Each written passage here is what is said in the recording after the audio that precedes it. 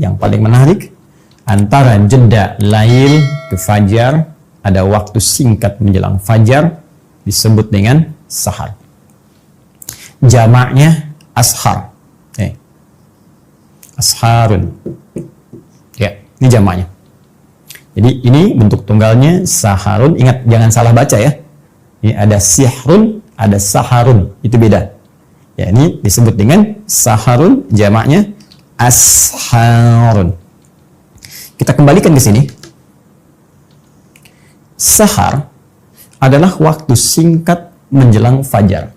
Batas antara lail dan fajar. Tadi saya tuliskan kisaran 15 sampai 30 menit lah. Kurang lebih demikian. Baik. Aktivitas yang dikerjakan di waktu sahar disebut dengan sahur namanya. Ya, aktivitasnya disebut apa? Sahur. Nah. Jelas?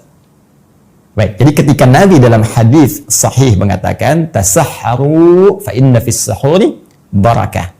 Silahkan makan di waktu sahar. Demikian cara menerjemahkannya.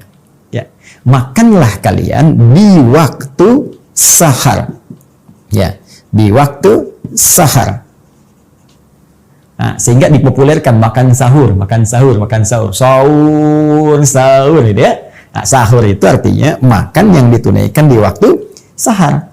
Kalau Anda bisa kerjakan makan di waktu sahar ini, maka kata Nabi, fa inna fis sahuri barakah. Anda bisa mendapatkan berkah. Kita tulis dengan bahasa Arabnya barakah. Ini redaksi hadisnya. Fa inna fis sahuri barakah. Apa itu barakah? Ya. Barakah itu secara singkat ziyadatul khair. Ya, ziyadatul khair, bertambahnya nilai suatu kebaikan. Ziyadatul khair. Kurang lebih begini tulisannya. Ya. Ziyadatul khair. Ya. Bertambahnya satu nilai kebaikan. Nilai positif. Contoh, maaf, pakaian ini berkah ketika pakaian ini memiliki nilai-nilai kebaikan yang bertambah. Bisa dipakai ibadah, dipakai mengerjakan yang baik-baik, kan? Kacamata ini berkah ketika kacamata ini digunakan untuk membantu melihat yang baik-baik. Itu berkah.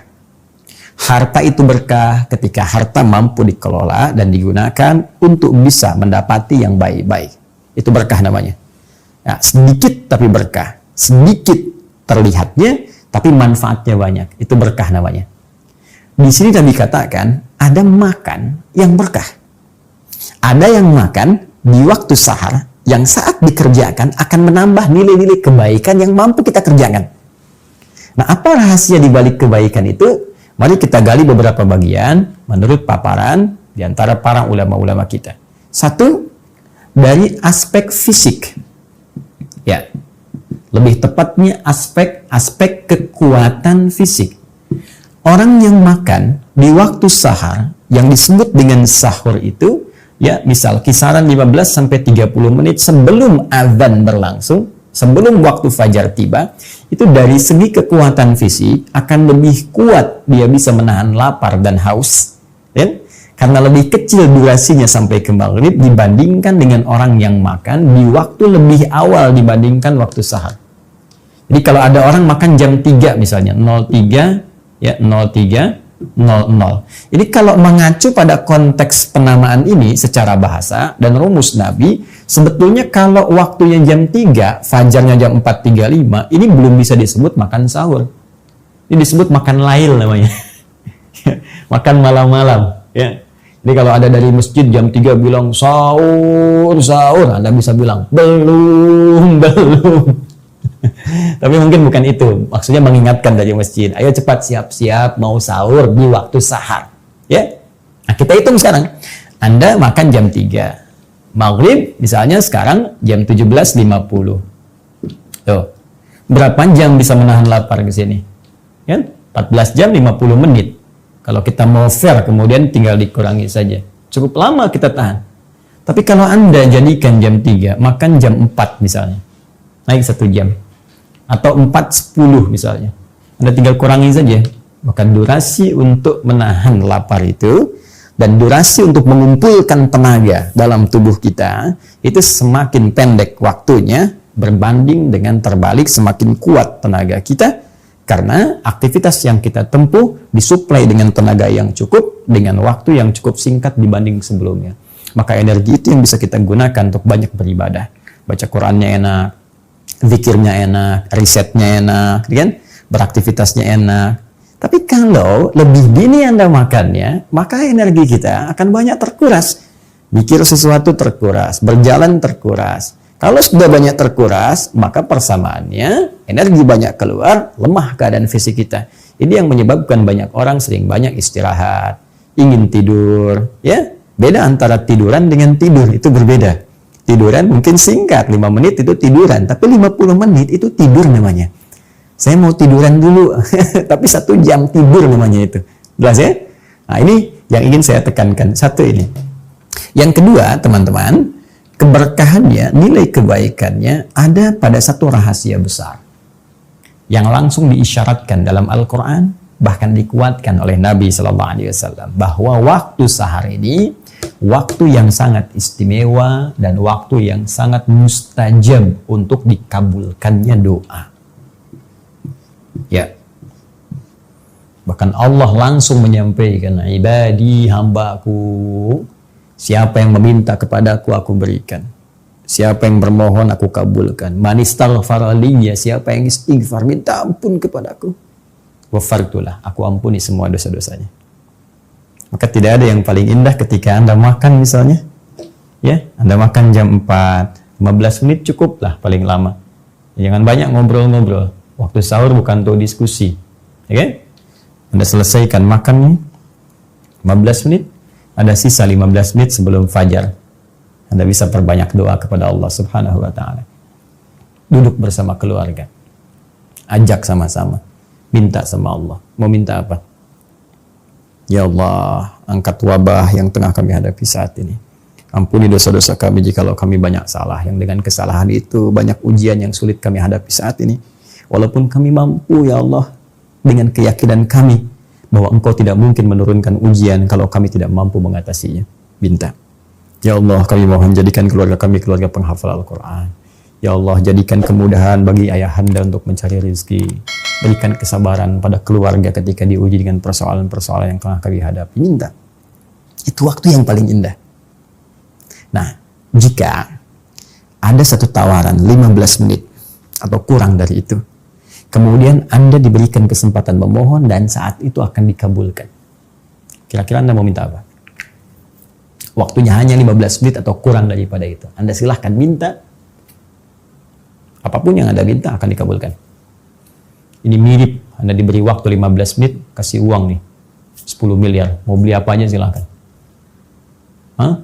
Saya yakin semua akan sibuk ingin mencari ini, mencari itu. Ada yang pengen minta dunia, pengen minta ini, minta akhirat, minta surga. Tapi ada satu yang diajarkan oleh Al-Quran. Jika Anda mampu mengamalkan ini, maka kedahsyatan akan Allah turunkan dengan memberikan semua apa yang Anda butuhkan, sekaligus mengampuni dosa-dosa yang pernah Anda kerjakan. Keberkahan itu, kebaikan itu bisa ditemukan rumusnya di Quran surah ke-51 Adz-Dzariyat ayat 18. Di sini langsung Allah sampaikan wabil ashari hum yastaghfirun. Wabil ashari, dan saat tiba waktu-waktu sahar itu. Ashar tadi saya sampaikan jamak dari kata sahar. Kenapa Allah ingin sebutkan ashar? Seakan-akan Allah ingin berikan kesempatan, kalau sahar hari ini nggak dapat, besok dapat. Besok nggak dapat, besoknya lagi dapat. Demikian saya bentangkan, kata Allah, banyak setiap hari sebelum datang fajar kesempatan untuk Anda lakukan. Dengan amalan yang Anda kerjakan pada saat itu, anugerah bisa diberikan begitu melimpah. Apa diantaranya? Hum yastaghfirun. Kata Allah, mereka banyak istighfar. Istighfar, istighfar, istighfar. Allahu Akbar. Jadi kalau tadi hadis qudsinya mengatakan mau minta dikabulkan, ya, mau mohon diberikan. Tapi kalau ada istighfar langsung diampuni. Kalau ada 3 pilihan ini disampaikan pada kita, kita mau ambil yang mana? Mau minta, ya kan? Diberikan, mohon dikabulkan, atau kita beristighfar diampuni. Maka rumus cerdasnya kata para ulama, pilih bagian ketiga, minta istighfar. Karena Al-Quran pun mengarahkan kepada bagian ini. Kenapa? Karena orang istighfar itu, kalau sudah istighfar, dosanya diampuni, kosong dari semua dosa, maka mudah tersambung dia kepada Allah Subhanahu wa Ta'ala, sehingga belum minta pun berpotensi dikabulkan oleh Allah Subhanahu wa Ta'ala. Karena itu orang-orang dulu jika punya hajat, keinginan kepada Allah, banyak di antara mereka yang membiasakan istighfar. Astagfirullah, astagfirullah, astagfirullah, astagfirullah. Bahkan pernah saya kisahkan pada Anda, kisah tentang seorang tukang roti yang sering istighfar itu. Anda bisa cek kembali dalam ceramah-ceramah yang pernah saya sampaikan. Dengan rajinnya istighfar, dia katakan, tidak pernah ada doa yang saya mohonkan kepada Allah, kecuali selalu dikabulkan oleh Allah Subhanahu wa Ta'ala. Karena itulah, orang ahli istighfar, dosanya cepat diampuni oleh Allah, terjaga dari semua kesalahan dan dosa. Allah menjaganya dengan cara yang baik tentunya. Kemudian yang kedua, ini yang paling menarik, orang rajin istighfar, oleh Allah cepat dikabulkan doa-doanya. Dan yang ketiga, orang rajin istighfar akan disejajarkan oleh Allah dengan orang-orang sabar, orang-orang khusyuk dalam salat, orang-orang rajin infak, dan orang-orang yang jujur dalam kehidupannya, dan mereka ditempatkan dalam surga yang selevel. Itu ditemukan di Quran surah ketiga ayat ke-17. Ya, as-sabirina, dan orang-orang sabar itu. As-sadiqina, orang-orang jujur itu. Ya, kalimatnya perhatikan, as-sabirina, was-sadiqina, wal-qanitina, dan orang-orang yang khusyuk dalam salatnya itu. Wal-munfiqina, dan orang-orang yang rajin infak, dermawan. Masya Allah, orang sabar, orang jujur, orang khusyuk dalam ibadah salatnya, orang dermawan. Yang kelima, wal-mustaghfirina bil ashar, dan orang yang rajin istighfar ketika waktu sahar itu tiba. Jika ada tawaran diberikan kepada Anda, bukan sekedar makan, doa dikabulkan, dosa-dosa kemudian diampuni, dijaga oleh Allah. Tapi penjagaan ini bukan maksum. Kalau maksum sifatnya Nabi SAW. Ya, para Nabi maksum. Tidak mungkin berbuat salah karena ada penjagaan Allah. Kalau kita diampuni dosa, oleh Allah diarahkan untuk berbuat nilai-nilai kebaikan. Ada penjagaan dari Allah Subhanahu wa Ta'ala. Ada malaikat yang ditempatkan oleh Allah untuk mengawasi tindakan kita, membisikkan kalau ada kesalahan-kesalahan mungkin berpotensi kita kerjakan. Dan yang terakhir, dikumpulkan oleh Allah di surga bersama 4 golongan terbaik. Kalau tiap menjelang subuh Allah tawarkan dan belum Anda ambil juga karena sibuk dengan makanan, maka berapa kali sahur lagi mesti Allah tawarkan kepada kita untuk memberikan semua keistimewaan tadi. Sekarang sudah hari yang ke-7, ada peluang besok di yang ke-8, ada peluangnya lagi di yang ke-9, tapi kita tidak mengerti dan tidak mengetahui di hari keberapa kita akan berpulang kepada Allah Subhanahu wa Ta'ala. Karena itu, saya memberikan saran bagi saya dan kita semua, kalau ada peluang esok kita bangun, diberikan kesempatan untuk hidup, manfaatkan waktu sehari ini sebagai pemberian dari Allah untuk kebaikan kita, dunia dan akhirat. Subhanakallahumma wa bihamdika, asyhadu an la ilaha illa anta, astaghfiruka wa atubu ilaik, wa akhiru da'wana alhamdulillahi rabbil alamin. Assalamualaikum warahmatullahi wabarakatuh.